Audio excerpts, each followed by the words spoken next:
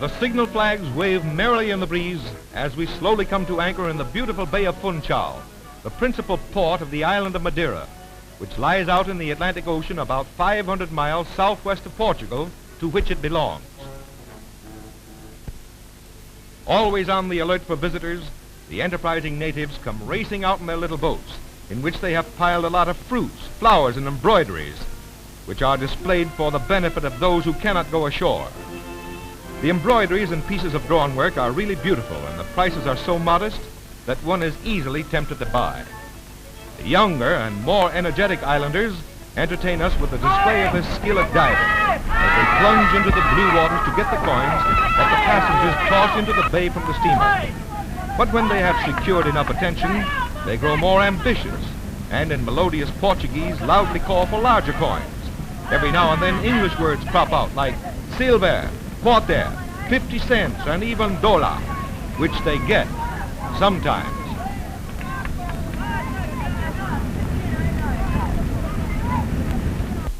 No sandy beaches here. The island of Madeira is of volcanic origin. It is at the top of a gigantic undersea mountain. As pieces of the hard rock break off from the cliffs, they fall into the sea, where the waves roll them around against each other until they are ground down to the shape of a flattened egg with a polished surface. The streets of Funchal are remarkably clean and smooth.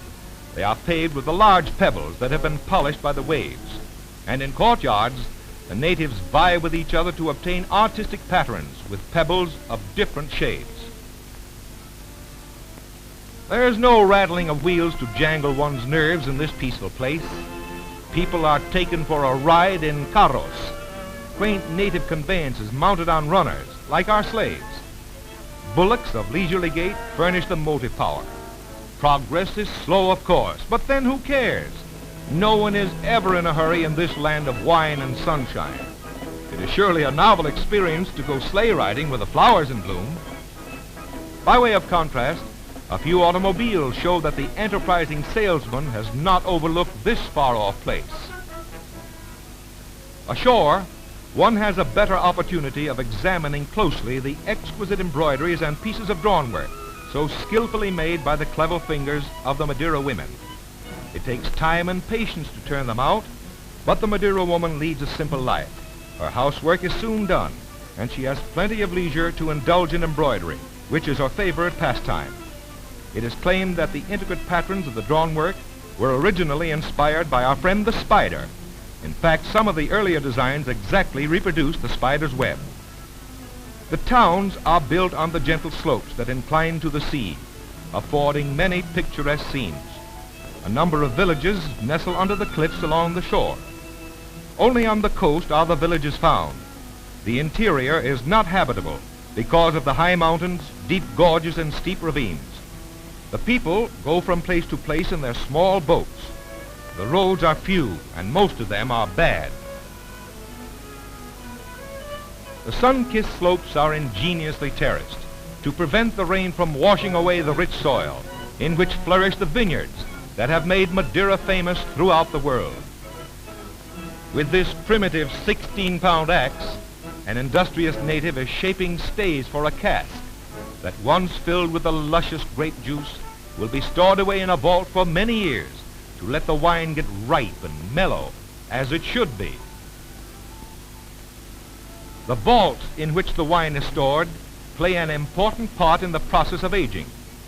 Some vaults are kept at a high temperature by hot air, which is pumped into them through flues.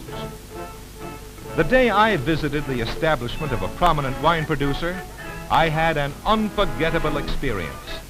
The owner, with the inborn courtesy of his race, was showing me over his plant. We came to a vault that had not been entered since he was a little boy. We faced an old rusty padlock that had not been opened for 50 years. And after breaking this long spell, my kindly host took me into the sanctum and gave me a glass of Madeira of the vintage of 1605. Think of it, wine 330 years old, a treat never to be forgotten. Hurry up there, young lady, you're going to be late for your party. Come on, run along. But, woman-like, she had to stop to show us her new bonnet. It's a quaint native cap of blue cloth, called a carapuça. Here they are, gathered around the festive wine cask, keeping time to one of their favorite fados. They use a small guitar like a ukulele, which they call machete.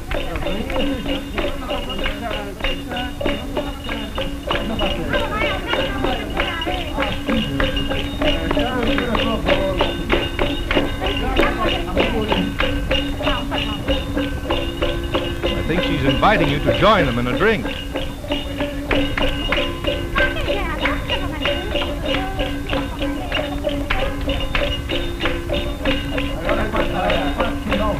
Flowers in countless varieties vie with each other in the brilliance of their color and the sweetness of their perfume.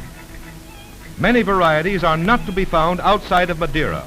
Others were imported from Portugal a long time ago. Here the children have to make themselves useful at an early age. Hi there, young fellow, why aren't you at school today? Oh, you're delivering milk, are you? Okay, go ahead. Funchal is the capital of Madeira. It is built on the slope of a mountain 4,000 feet high. A cog railway goes chugging up the mountain, winding through picturesque scenery and shady paths that invite the ambitious hiker to make the grade on foot.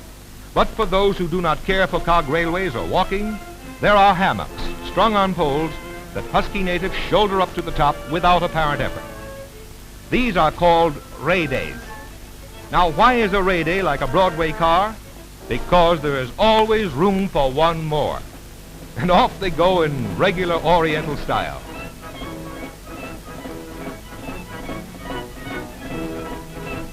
And here comes the cog railway, panting up the last grade. And a few more chug-chugs, and we'll be up the top. It makes no difference how you get there. The main thing is to arrive, for this is where the real fun begins. Seated by twos and threes in wicker chairs mounted on runners, the enterprising thrill hunters are all set to go sliding down the mountain over the pebble pavements. Let's watch closely, for this is real fun. And here they go. The runners have been well greased, and each pair of native guides is out to beat the record. Let's watch them closely.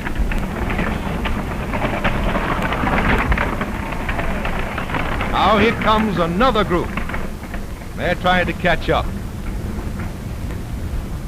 You see, even in Madeira, three of a kind beat two pair. Go to it now, Pedro. The others are gaining. Hurry up.